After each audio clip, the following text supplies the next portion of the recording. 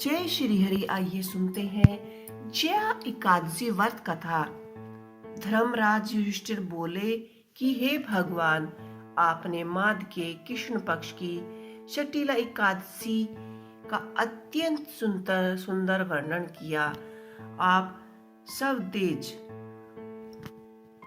अडज, उदिज और जर युज चारों प्रकार के जीवों के उतने ही उत्पन्न, पालन तथा नाश करने वाले हैं।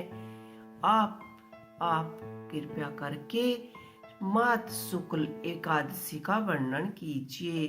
इसका नाम क्या है, इसके व्रत की पूजा विधि क्या है और इसे सबसे पहले कौन से देवता ने किया था, इनमें कौन से देवता का पूजन किया जाता है।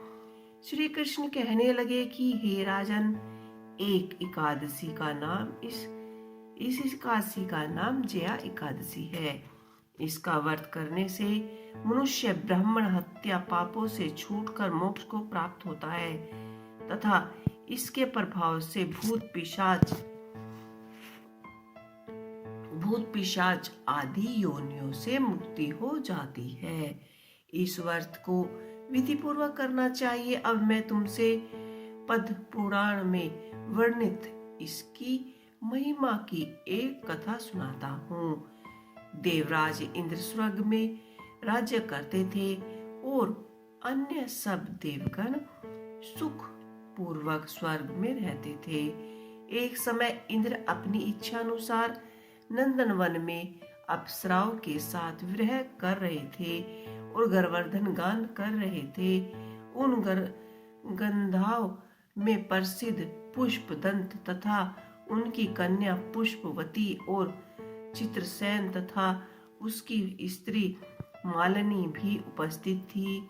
साथ ही मालिनी का पुत्र पुष्पवान और उसका पुत्र माल्यवान भी उपस्थित थे। पुष्पवती गर्वर्धन कन्या माल्यान को देखकर उस पर मोहित हो गई और माल्यवान पर काम बाण चलाने लगी। उसने अपनी रूप, लावण्य और हाव भाव से माल्यवान को वश में कर लिया। हे राजन, वह पुष्पवती अत्यंत सुंदर थी। अब वे इंद्र को प्रसन्न करने के लिए गान करने लगे, परंतु परस्पर मोहित हो जाने के कारण उनका चित्त भ्रमित हो गया था।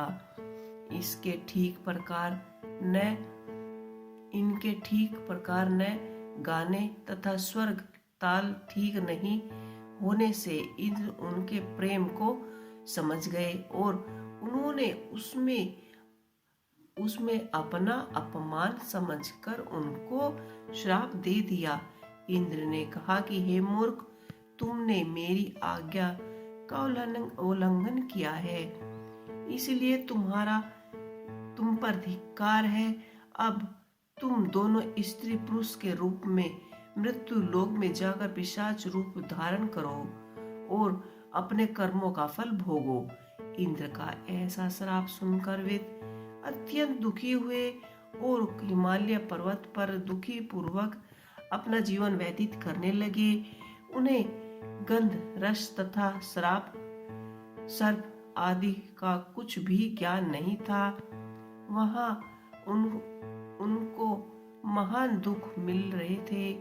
उन्हें एक क्षण के लिए भी निद्रा नहीं आ रही थी। उस जगत अत्यंत शीत था, जगह बहुत ही ज्यादा शीत था। इससे उनके रोंगटे खड़े हो रहे थे और मारे शीत के दांत बजते रहे। एक दिन पिशाच ने अपनी स्त्री से कहा कि पिछले जन्म में हमने ऐसे कौन से पाप किए थे जिससे हमको यह दुखदायी पिशाच योनि प्राप्त हुई। इस योनि से तो नरक के दुख सहना ही उत्तम है। अतः हमें अब किसी प्रकार का पाप नहीं करना चाहिए, इसी प्रकार विचार का पाप नहीं करना चाहिए। इस प्रकार विचार करते हुए अपने जीवन व्यतीत करने लगे। दिव्य योग से तभी माघ मास में शुक्ल पक्ष की जया एकादशी नाम की यह एकादशी आई। उस दिन उन्होंने कुछ भी नहीं भोजन किया और ना ही जल पिया और ना ही कोई पाप कर्म किए। केवल फल फूल खाकर ही दिन व्यतीत किया और संध्या काल के समय महान दुख से पीपल के वृक्ष के नीचे बैठ गए। उस समय सूर्य भगवान अस्त हो रहे थे। उस रात को अत्यंत ठंड थी। इसी कारण वे दोनों शीत के मारे अत्यंत दुखित होकर मृत्यु के समान आपस में चिपके हुए पेड़ पड़े रहे। उस रात्रि को उनको नींद भी नहीं आई। हे राजन, जया एकादशी के उपवास और रात्रि के जागरण से दूसरे दिन प्रभात होते ही उनकी पिशाच योनि छूट गई। अत्यंत सुंदर गंधर्व और अप्सरा की देह धारण कर सुंदर वस्त्र आभूषणों से अलंकित होकर उन्होंने स्वर्गलोक को प्रस्थान किया। उस समय आकाश में देवता उनकी स्तुति करते हुए पुष्प वर्षा करने लगे। स्वर्गलोक में जाकर इन दोनों ने देवराज इंद्र को प्रणाम किया। इंद्र को उनकी पहले रूप देखकर अत्यंत ही आश्चर्यचकित हुए और उनसे पूछने लगे कि तुमने अपनी पिशाच योनि से किस तरह से छुटकारा पाया, सो सब बताएं। माल्यवान बोले कि हे राजन, हे देवराज, भगवान विष्णु की कृपा से जया एकादशी के व्रत के प्रभाव से ही हमारी पिशाच देह छूटी है। तब इंद्र बोले कि हे माल्यवान, भगवान की कृपा से जया एकादशी का व्रत करने से केवल तुम्हारी पिशाच योनि ही नहीं छूटी है वरन हम लोगों के भी वंदनीय हो गए हैं, क्योंकि भगवान विष्णु और शिव के भक्त हम लोगों के वंदनीय है। अतः आप धन्य है।